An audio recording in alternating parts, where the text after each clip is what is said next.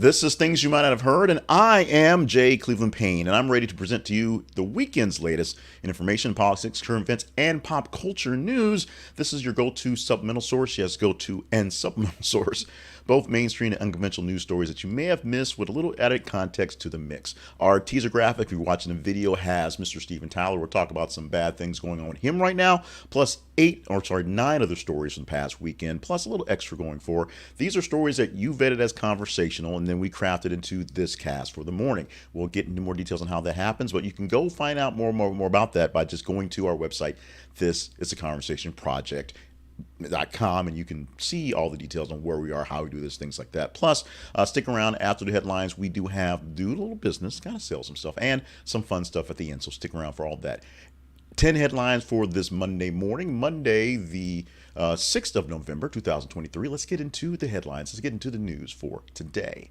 Starting off with headline number one, right off the bat, Steven Tyler, accused of mauling and groping teen model in this is a new sexual assault lawsuit. Steven Tyler is being sued by sexual abuse by a former teen model, Jeannie Bellino. Bellino claimed that Tyler forced her inside a phone booth, which kind of tells you how long it was, and put his tongue down her throat, groped her and removed her clothing, and humped her, pretending to have sex with her. Tyler has been accused of sexual assault for the second time in less than a year by a former teen model. Bellino claims that Tyler rubbed his penis against her and that he was not wearing underwear. This gets extremely graphic, extremely bad, extremely fast, and as you said, this is a second suit in the last year. The first one was filed in 2019, and the California law that gave an adult victim's childhood sexual assault a 3-year window of lawsuits, which is why a lot of lawsuits from former teens in the past, people are now suing a lot of people in these cases. Here's one where Steven Tyler's being hit with 2 of these. Right now, Aerosmith dealing with the bad news of not touring because he's having issues with his throat still, but this definitely adds to the sort of the rancor of what's going on with the band and with Mr. Tyler himself in the what's going on of things going forward. Let's go on to the next story for this morning. That one, the headline reading, Al Pacino, 83, to pay 29-year-old girlfriend Noor Alfallah $30,000, $30K a month in child support. Los Angeles judge ordered Alfallah to pay $110,000 up front and $13,000 for a night nurse to make up for the $15,000 yearly deposits into the education fund for the youngest son. But in the meantime, Pacino, say that 3 times fast, is happy about the baby, a very special miracle daughter, but in order to get the money going forward, so up front, that money is going in there to take care of the child for life. In the meantime, the big money is coming from Mr. Pacino. That's $30,000. Numbers aren't working so well this morning. 30000 a month in child support. That sounds like a lot, but Al Pacino worth that much and for right now, so it seems like it's the fitting a number. That's one of the things in child support. It's based on the actual earnings of the husband, earning of the person getting support, I should say, not always the husband, and sometimes it's been unfair. People with a lot more money should get a lot more money, even if the person the baby really doesn't need $30,000 for diapers and milk. Your mileage may vary. Hundreds of migrants are leaving to join the Mexico migrant caravan. Let me read that back. Hundreds leave to join Mexico migrant caravan headed to U.S. Let's get that proper. This is a Reuters article that we pulled from yesterday, and a smaller caravan of migrants have left the southern Mexico city of Tapachula on Sunday, and they're heading to the U.S. southern border. Migrants are walking along the road, just taking their time, slowly walking together for safety purposes and just numbers in general to be together as they make their way to hopefully enter the U.S. border. Chances are they will not. Now, this is not the violent caravan of migrants that we talked about a couple of years past, although this is a caravan of migrants. But it is a large number of migrants, large number of people who are passing on the fact of Mexico sending them back, and they're moving forward to try to get back to the U.S., back into the United States for a mass protest, mass entry into the United States. We'll see how this thing plays out going forward and how we'll be able to deal with it, U.S., deal with it when they get here, and how Mexico can deal with it while they are traveling through the streets of their nation. YouTube may now completely disable your video playback if you're using an ad blocker. We had a couple of articles on this in the past couple days, and this was a big deal. Now, YouTube is in an all-out assault, all-out war with ad blockers, and they are making it so that many people have decided to give up and surrender and get rid of their ad blockers. What they're forcing people to do, what they're trying to force people to do, is to buy their premium products, YouTube TV, and of course YouTube Premium, which eliminates most of the ads anyway. I, for full disclosure, am a long time subscriber, payer of YouTube Premium and YouTube TV, mostly because I have a child and I don't want her watching all the ads, so I just pay to have the ads go away, and I just monitor what she watches and give her a regular count and do those things. In this case, people are finding out that they're playing ads and they don't play, or at least they're playing videos they don't play because the ad blockers are blocked. And they're finding out if they do have ads, if you go to an account or click on something, and I see when I'm not logged into a computer and it plays ads, it plays longer ads to make up for it. Now, many ad blockers are still working and doing what they can to sort of circumvent and get better at it. The algorithm's getting better at the algorithm, if you will. But for most cases, YouTube is doing what it can to stop the ad blockers and keep you out of the actual app, out of the actual videos, unless you pay for a premium plan. Couple news. This one not so good for the business. Next one not so good for the couple. Kristen Bell and Shepard's company files for bankruptcy, $100 million in debt. Hello Bello, a baby products company co-founded by Kristen Bell and Shepard, filed for bankruptcy due to high shipping and production costs. Hildred Capital Management has offered to buy the company out of bankruptcy for about $65 million, with other potential bidders also interested.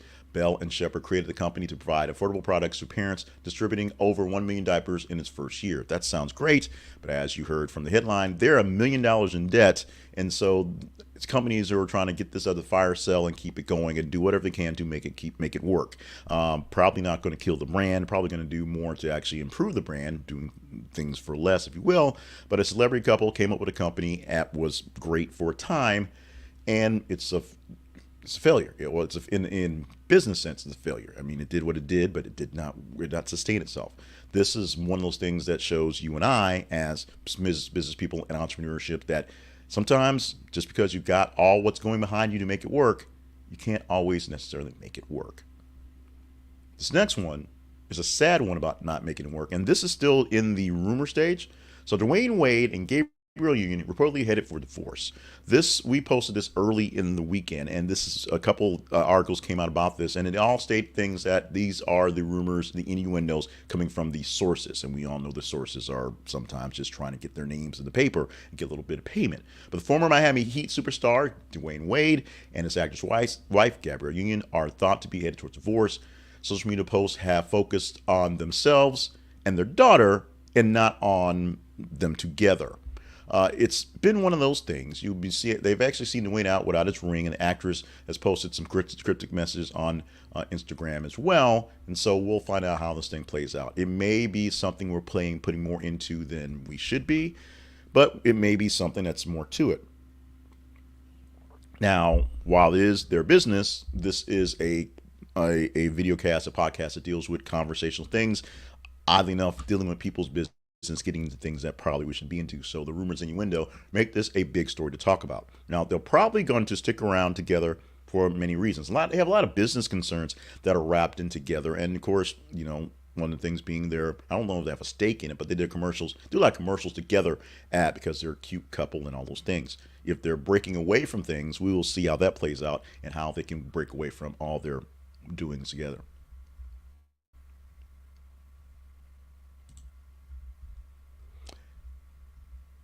New York Marathon runner to make her history with the 44th consecutive race at 80. We are congratulating Connie Brown, who hitting 80 years old, or is about to hit 80 years old, and has run 43 consecutive New York City marathons and will run her 44th on Sunday.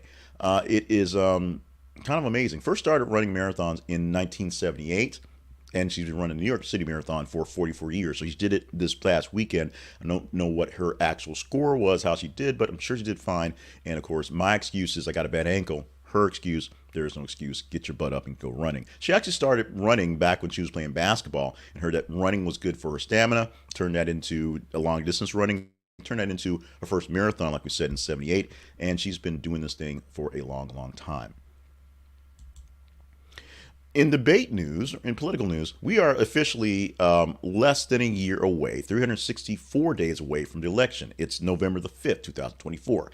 On this day, or coming up, or actually tomorrow, I guess Tuesday, the first election day for what's going on in this year, because it always happens. November is always election time, even if there's nothing running for anything. Slow down. Only debate for the Mississippi governor's race brings insults, interruptions from Reeves and Presley. The two people, Mississippi Republican Governor Tate Reeves and Democratic challenger Brandon Presley, basically yelled at each other for about an hour in a debate they had. One debate to find out who's going to be the next governor of Mississippi. Why Mississippi's got an off-year election? I'm not exactly sure why they have an off-year election for this one, but many states do have off-year elections so they can deal with the major elections at the same by themselves, because there'll be a lot of senators, a lot of representatives, and of course the president going up in 2014. So Mississippi is getting to jump on things. There's a lot of places where the fate of the world, as we've been saying, all these things are up in play for right now. There's plenty of places where who's running the House, who's running the Senate, who's running the governorship, who's going to be in charge of things going forward to make sure things work well or not so well in the next election year, 2024, are happening as they're being voted in right now, be sworn in January. And Jeff Bezos, wrapping up with him, is leaving Seattle after 34 years. Amazon founder Jeff Bezos is moving to Miami to be close to his parents, his partner, and Cape Canaveral, where he does space stuff, I guess. And this his basically his shifting is increasingly just focus is shifting on other things. And so at this point, he doesn't need to be in Seattle. He needs to be someplace else. His parents live in Florida, so it's there. His partner, his girlfriend, who was from California, who lives in Florida for some reason. And there's nice ways to deal with space because they have launching pads there. Jeff Bezos is pulling up stakes from Seattle, but trust me, he's doing fairly well, so I think he'll be okay. And finally, we have the final news and nail in the coffin for what would be, I guess, the Arrowverse of shows, even though this one not technically an Arrowverse show. CW Superman and Lois has been canceled officially. 10-episode season this year is the wrap-up, the end of the era for the CW, wrapping up its superhero obsession, where it had a lot of shows that had nice, young-looking people being superheroes that brought in the ratings supposedly, even though we look into the ratings and essentially the average viewer of the CW, at least right now, is like a 50-year-old woman, not the young demographics that you think would pull in to see Supergirl and Arrow and The Flash. That's why those shows are gone. Also, the legacy of those shows have sort of passed. So a new era of TV for superhero shows may come up in the next couple of years in the next batch of whatever is semi-syndication shows will do this. But the very popular show, which started off like a fire, then of course as these things went, it just sort of died down. Some issues inside of the staff, losing some of the actual key characters. In fact, cutting the budget so much that many of the key characters aren't actually in many of the episodes this season. 10 episode season finale of the series is ongoing right now. In the apologies, errors, and omissions section, I apologize for being tired and mumbling the words, so there's that. No real errors to go through, but we do have one omission, one story we want to pop in there quickly that we need to talk about, and that's going to be something we'll probably update today because, well, two stories actually.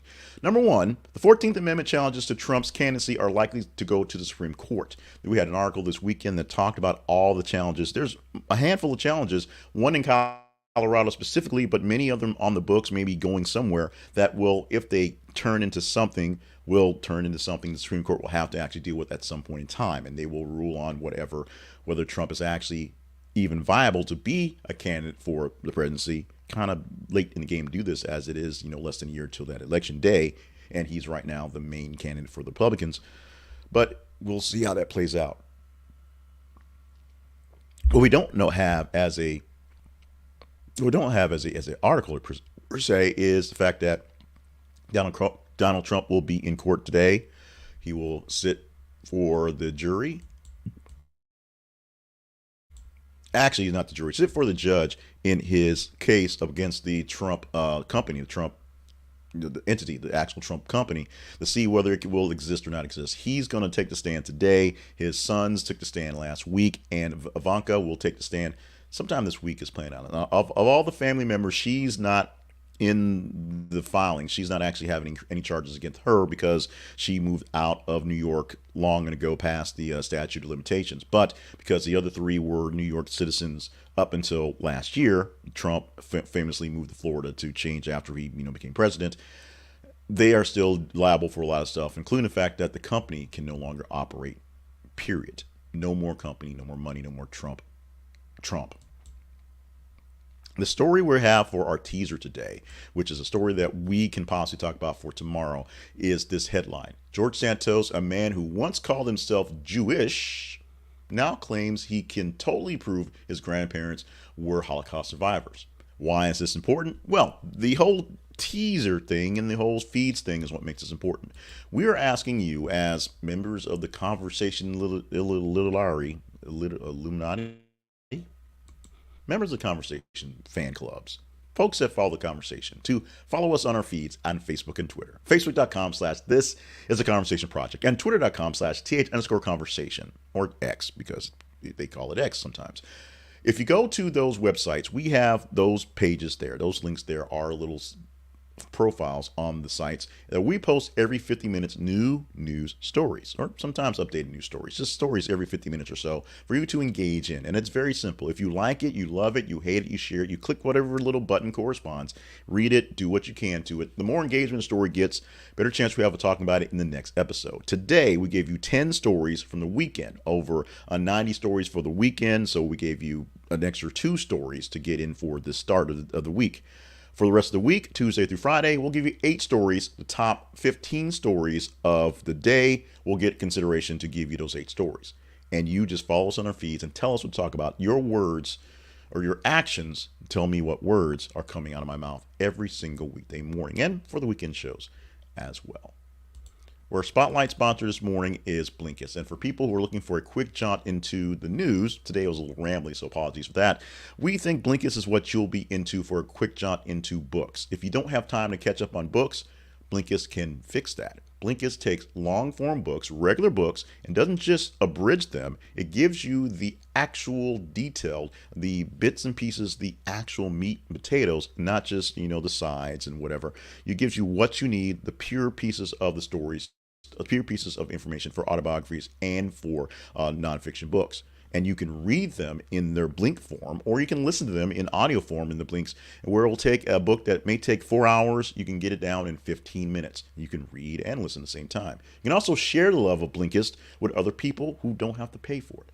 Blinkist Spaces allows you to create a space where you can share Blinks with other people and enjoy them together. Check it out at our website. This is theconversationproject.com/Blinkist. This is theconversationproject.com/Blinkist. This is theconversationproject.com/BLINKIST. Blinkist is a great app. You must install it and use it as an affiliate link. We get a cutback when you install the app. So check it out. We are looking for you to love Blinkist and love it via our link, so we get a little help with our processing here for the conversation. You can also help the conversation by just being a good pal. The Conversation Project lives online at theconversationproject.com. Make sure you're following us on our feeds, because that's what makes things go around here. We have no show. We have no website. If we're not getting the information from you, you are the special sauce in the conversation. It's not just me picking news stories and going along with them. It's me picking stories out there for you to vet, and me then going from the ones that you say are more conversational. Go to your email. Email us at theconversationinbox@gmail.com. Email us and tell us what's a good thing to talk about, what's a great thing to do, because we will do what we can to make things better. And stop by our partnerships page if you want to get a direct line into how to make things better. We are asking for your help. Go to the partnerships page and find a way that we can connect going forward. Oh, by the way, we're going to get some stuff out to you real soon. Promise. We're going to add some chattel, add some swag to the mix, because we want you guys to show off your conversationalists and have a little fun with it as well. So we got t-shirts. I've got buttons someplace around here. We got some things we've been gathering, and we've been sort of missing getting them out to you guys. We're going to do that fairly soon. Promise. Mean it. Now, the fun stuff for the day, wrapping up on this conversational program with some fun stuff. Starting off with birthdays, we always start with birthdays, and today we're celebrating the birthday of Sally Field because we like her. We really, really like her. Sally Field's the big birthday we're celebrating for this November the 6th. Also, showing history on this day, on the 6th of November in 1861, James Naismith, the inventor of basketball, was born in Ontario, Canada. Two births. We have James Naismith, the doctor James Naismith, put some respect on his name, the man who invented basketball in Canada, which is now a global phenomenon that is overtaking and is one of my more favorite sports to watch on the television and live, actually, if you will. And today, let's make a celebration that's going to be fairly easy to get because I don't know how you can't find any of these anyplace. Nacho Day. Today we're celebrating Nacho Day, the love of nachos. Now, we recognize it on November the 6th as more or less the birth, if you will, of nachos. History tells us that Ignacio Nacho Anaya created this nacho dish in 1943. According to his son, Nacho was a maitre d' at the El Marido restaurant in Pradas Neras. One evening after the kitchen staff had left, a group of U.S. Army wives stationed in Fort Duncan in Eagle Pass came to the restaurant after a long day of shopping. They were hungry, asked for a snack. That snack turned out to be chips fried up very hard with some nacho melted cheese on top, and your nachos were born. Happy birthday to the nacho. Get you nachos on this day, and get you some happiness on this day. Get you some fun this day. Get you a good day. It's Monday, November the 6th, 2023. Daylight Savings Time or Daylight Standard Time, whichever one it is, happened over the weekend. So you had an extra hour yesterday, and now you're sort of feeling the effects of thinking, shouldn't I be someplace now? Because that's basically what happens. No, you have a little extra time. So, or technically by now you should figure out what time it is. So you get on the stick for that one. But enjoy your day. Enjoy your extra hour that was yesterday, and enjoy the extra darkness you will see in the morning for the next couple of weeks as the sun does its thing. Hopefully you enjoyed this. Email us and let us know what you did enjoy and didn't enjoy, and make sure you follow us on the feed to let us know what stories you would like to enjoy us to talk about, or you hate so much we should talk about them as well. Make sure you're staying hydrated and limber and also on task for all the grand things you need to enjoy, and enjoy your Monday. Hopefully it'll be a grand one. We want to see you tomorrow for another great day, another outstanding day. 8 stories on the docket for your Tuesday. We won't get to those, so check out the feed, see what we have going on right now, see what stories you want to vote up as conversational, and we'll do this again tomorrow, coming down live at 5:50 a.m. Central Time with things you might not have heard.